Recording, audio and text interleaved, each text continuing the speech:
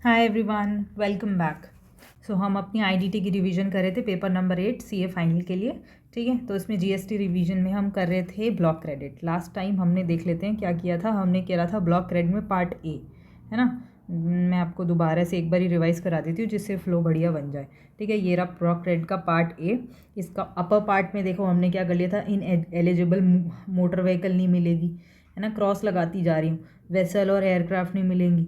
अगर कोई भी सर्विसेज, रॉ मटेरियल, मेंटेनेंस इन दोनों के रिस्पेक्ट में कराई है तो नहीं मिलेगी। फिर लीजिंग, रेंटिंग, हायरिंग अगर मोटर व्हीकल की है, क्योंकि मोटर व्हीकल ही मना कर दिया तो आईटीसी तो उसी का ही नहीं देंगे।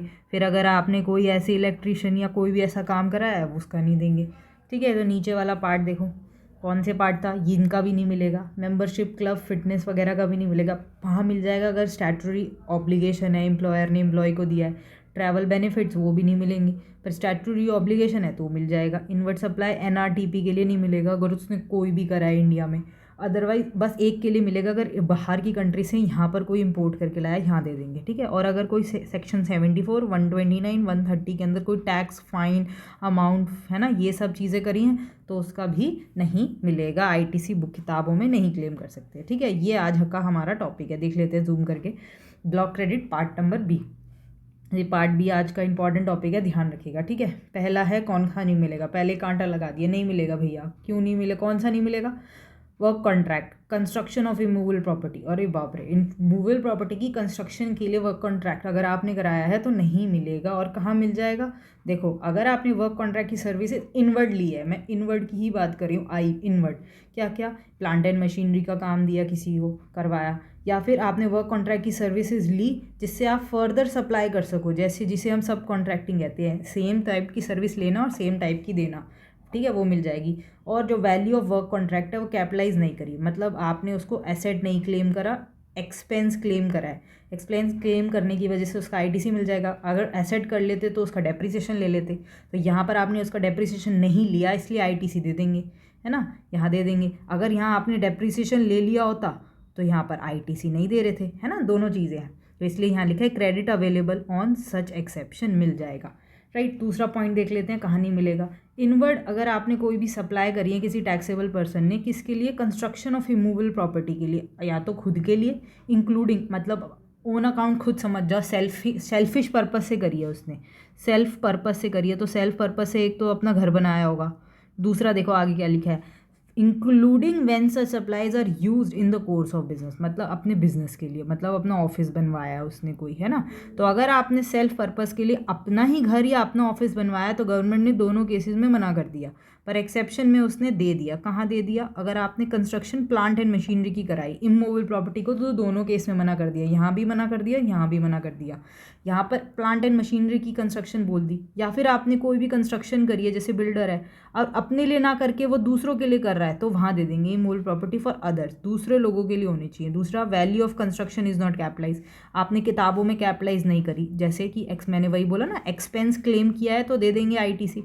और अगर एसेट क्लेम कर ली तो एसेट की वजह से आप डेप्रिसिएशन लोगे, और डेप्रिसिएशन ले लोगे तो आईटीसी मना कर दिया गवर्नमेंट ने, है ना। तो ये सेटअप याद रखना। ठीक है, नीचे मूव करते हैं। नीचे क्या बोल रहे हैं? अच्छा भैया नीचे दिखाओ। नीचे कह रहे हैं कि inward supplies charge to composition levy. ये देखो, ये ऊपर से चला हुआ आ रहा है। मैं अगर आपको दिखाऊं ना, ये देखो, ये एरो यहाँ पे थे दोनों, है ना, ये एरो यहाँ पे थे, है ना, और अब ये एरोज़ का यहाँ से कंटिन्यू होकर यहाँ पे आ रहे हैं। ठीक है ना, ये वो सारे हैं जिस पे आईटीसी नहीं मिलेगा। तो एक तो इस पे नहीं मिला, इस पे नहीं मिला, और कौन से?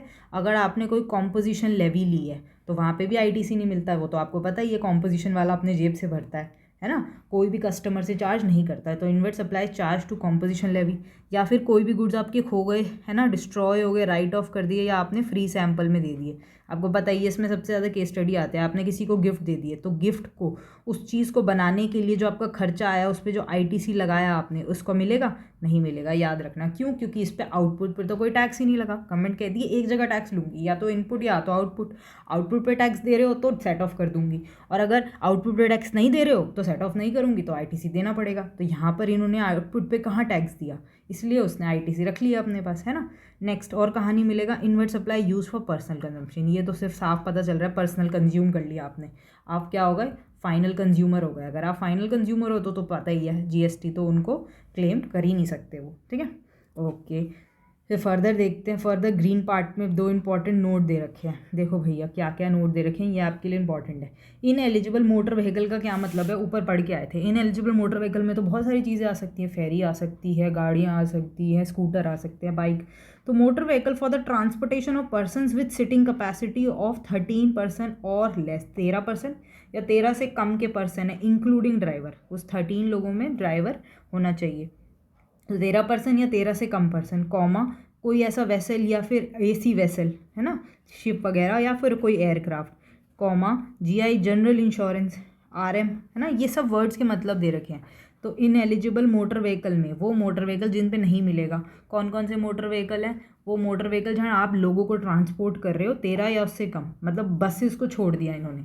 बसेस में जैसे 13 से ज़्यादा की कैपेसिटी होती है ना, तो 13 या 13 से कम की कैपेसिटी है तो यहाँ आईटीसी नहीं मिलेगा, जनरल इंश्योरेंस पे नहीं मिलेगा, वेसल पे नहीं मिलेगा, एयरक्राफ्ट पे नहीं मिलेगा, रिपेयर मेंटेनेंस पे नहीं मिलेगा, फूड बेवरेजेस पे नहीं मिलेगा।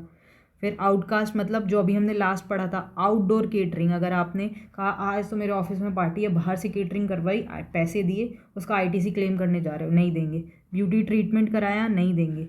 हेल्थ सर्विसेज ली, नहीं देंगे। Cosmetic plastic surgery personal benefit के लिए कराई, जैसे हीरोइंस कराती हैं, नहीं देंगे।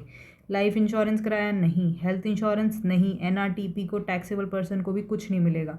डब्ल्यूसीएस वर्क कॉन्ट्रैक्ट सर्विस, ये तो आपको पता ही है। एलटीसी ये भी टैक्स बताया ना सारा, कुछ भी नहीं मिलेगा। होम टाउन ये भी नहीं, ट्रांसपोर्टेशन है ना, बता चुकी है, तो डेफिनेशन है। ये आ गई आपकी इंपॉर्टेंट नोट आ गया। कंस्ट्रक्शन इंक्लूड्स, कंस्ट्रक्शन वर्ड आया था ना ऊपर, उसमें क्या क्या वर्ड आएगा, रिकंस्ट्रक्शन भी आएगा, renovation, addition, alteration, repair.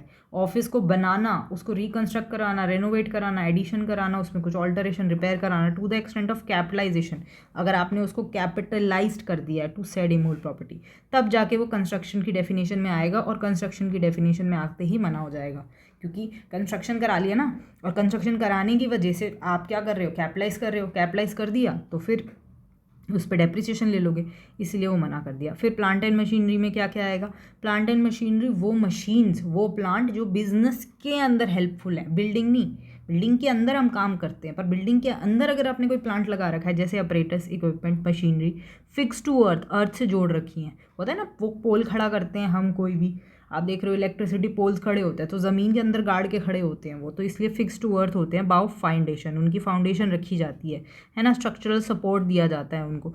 But excludes land building, इसमें फिक्स प्लांट एंड मशीनरी में तो कॉमन सेंस की बात है, लैंड बिल्डिंग नहीं आ सकते, कोई सिविल स्ट्रक्चर है तो वो नहीं आएगा, टेलीकम्युनिकेशन टावर्स ये नहीं आएंगे, वर्ड है एक्सक्लूड्स, ये नहीं आएंगे। टावर्स नहीं आएंगे, पाइपलाइंस नहीं आएंगी, है ना। जो भी आउटसाइड द फैक्ट्री प्रेमाइसेस है, फैक्ट्री प्रेमाइसेस के इनसाइड अगर कोई चीज़ है तो आ जाएगी प्लांट एंड मशीनरी में। पर अगर आपने ये सारी चीज़ें, टावर्स, पाइपलाइन आउटसाइड हैं, कह देंगे ये फैक्ट्री है ना, ये फैक्ट्री है, यहाँ से काम हो रहा है, धुआं निकल रहा है ना, और ये फैक्ट्री का बॉर्डर है। अब इस बॉर्डर के बाहर यहाँ एक रोड बन गई है ना, ऐसे करके, तो इस रोड के ऊपर नहीं मिलेगा। पर फैक्ट्री के अंदर, ये फैक्ट्री के अंदर यहाँ से सामान ले जाने के लिए, है ना, यहाँ से सामान ले जाने के लिए फैक्ट्री के अंदर रोड बनी, तो ये अलाउड हो जाएगी, ये डिसअलाउड हो जाएगी, ऐसे करके, राइट। तो ये क्लियर हो गया, बहुत क्लियर कट पूरे डायग्राम से समझ आ रहा है, ठीक है। ये आज की वीडियो का हमारा नेक्स्ट टॉपिक हो गया, इसको भी बहुत ध्यान से समझना है। देखो क्या लिखा है, सेक्शन नंबर 18, सेक्शन 18 का टॉपिक है, section 18 read with relevant rules, ठीक है। 18 में आपको स्पेशल सर्कमस्टेंस बताए जाएंगे जहाँ पर आप क्रेडिट अवेल कर सकते हो, एनेबलिंग द क्रेडिट, ठीक है। तो special circumstances enabling the credit कहाँ कहाँ ले सकते हो। पहला, register person switching from composition to regular scheme of payment of tax. सोच के देखो, पहले कॉम्पोजिशन में से अब नॉर्मल स्कीम में आ गए, तो नॉर्मल स्कीम में सारे आईटीसी मिल जाते हैं, यहाँ पे तो कोई सा भी आईटीसी नहीं मिलता। तो जितने भी आपके यहाँ पर क्लोजिंग स्टॉक के रिमेनिंग स्टॉक होगा, उसका आईटीसी होगा, वो यहाँ आपको मिल जाएगा। देखो कैसे मिलेगा। सबसे पहले, credit entitled on input such as held in stock, input contain in semi, अगर आपने सेमी फिनिश्ड रूप में भी रख रखा है, या फिर इनपुट्स जहाँ आपने फिनिश्ड रूप में रख रखा है स्टॉक में, है ना। ये सारे इनपुट्स हैं जो आपने खरीदे हैं, उसको चाहे आपने स्टॉक में रखा हो, सेमी WIP में रखा हो, या फिनिश गुड्स में रखा हो, ठीक है। फिर नेक्स्ट, कैपिटल गुड भी अलाउड है, in case of exempt supply becoming taxable, होता है ना, पहले एग्जाम थी और अब टैक्सेबल हो गई, तो वहाँ कैपिटल गुड्स अलाउड होते हैं। Capital goods use exclusively for such exempt supply. अब कैपिटल गुड एग्जाम के लिए थे, अब एग्जाम टैक्सेबल हो गई, तो वहाँ कैपिटल गुड्स का भी आप ले सकते हो। पर ध्यान से देखना, जिस पीरियड के लिए वो एग्जाम के अंदर थे ना, वो आपको माइनस करना पड़ेगा कितना, 5% पर क्वार्टर। ठीक है, ये रहा, रिड्यूस 5% पर क्वार्टर और part thereof from the date of invoice. तो जब से खरीदा था, है ना, जब से खरीदा था टिल द टाइम जब तक आपने उसको एग्जाम्प्ट के लिए यूज़ किया, तब तक आपको उसको माइनस करना होगा, और बाकी को आपको क्या करना होगा, बाकी को आपको ये करना होगा टैक्सेबल, राइट। तो ये हो गया आपका टैक्सेबल सप्लाई। ठीक है, note, ITC claim shall be verified with corresponding detail. जो भी आप आईटीसी क्लेम करोगे उसकी डिटेल देनी पड़ेगी, है ना, furnished by the corresponding supplier, कि मैंने ये खरीदा था, ये सब। ठीक है, कैपिटल गुड्स का बस ध्यान रखना, एग्जाम के बाद टैक्सेबल में जितना भी पोर्शन एग्जाम में यूज हुआ है from the date of invoice, तो वो वाला आपको माइनस करना पड़ेगा। नेक्स्ट आ जाओ, कौन सा अलाउड है, registered person exempt supply becoming taxable, same, इसका भी यही पॉइंट है, इसका भी यही पॉइंट है। Next, person applying for registration with in 30 days of becoming liable. Liable यहाँ पर हुए, इसके 30 दिन के अंदर आपने अलाउ कर दिया, तो जहाँ से लाइबल हुए थे वहाँ से हम आपका रजिस्ट्रेशन मान लेंगे। तो यहाँ की डेट तक जितने गुड्स थे उसके बाद सारे आईटीसी दे देंगे। देखो, क्रेडिट एंटाइटल्ड ऑन, तो पहले पढ़ लेते हैं ये पॉइंट। और नेक्स्ट पॉइंट क्या, पर्सन ऑब्टेनिंग वॉलंटरी, आप खुद से ले रहे हो, आपका मन है यार मेरी ना इससे वो बढ़ेगी, प्रेस्टीज बढ़ेगी, लोग मेरे साथ ज़्यादा काम करेंगे, तो आपने खुद से ले ली, और यहाँ आप लाइबल हो ही गए थे। तो दोनों के केस में देखो क्या बोल रहे हैं, एंटाइटल्ड और किस किस पे क्रेडिट मिलेगा, इनपुट अगर स्टॉक में पड़ा था, उन इनपुट्स जो सेमी फिनिश में पड़े थे, और वो सारे इनपुट जो फिनिश में पड़े थे। ठीक है, इनका आपको आराम से मिल जाएगा। अब नीचे देख लेते हैं इनके फर्दर क्या क्या पॉइंट्स बताए हुए हैं। देखो, अगर हम इसकी बात करें, जहाँ पर अगर आपकी जहाँ पर एग्जाम सप्लाई टैक्सेबल हुई, या फिर कॉम्पोजिशन स्कीम से आप नॉर्मल स्कीम में आए, तो ये दोनों केस में बात करें तो कॉम्पोजिशन वाले में on the day immediately preceding the date from which he become liable, जिस दिन वो लायबल हुआ ना, उससे जस्ट इमीडिएटली प्रिसीडिंग डेट पर जितना भी स्टॉक पड़ा था वो एलिजिबल होगा। तो आप ये सोचोगे ना, ये स्टॉक कहाँ से कैलकुलेट हुआ, ये इनपुट सारे के सारे ये कहाँ से कैलकुलेट हुए, किस दिन कैलकुलेट करने हैं, डे कौन सा होगा, इनका कैलकुलेशन का डे कौन सा होगा, वो डे यहाँ पे बताया है कि इमीडिएटली वो वाला दिन होगा जो लाइबल होने से जस्ट प्रिसीडिंग होगा, है ना, to pay tax under regular. ऐसे ही इसमें on the day immediately preceding, वो दिन जिस दिन प्रिसीडिंग डेट होगी which on which the supply become taxable होने से पहले वाला दिन, नॉर्मल स्कीम में आने से पहले वाला दिन। ऐसे ही इस केस में on the day immediately preceding the day from which he becomes liable to pay tax, क्योंकि यहाँ लाइबल हुआ था, तो जिस दिन लाइबल हुआ था लाइबल से जस्ट एक दिन पहले यहाँ लाइबल हुआ है ना, तो एक दिन पहले ये।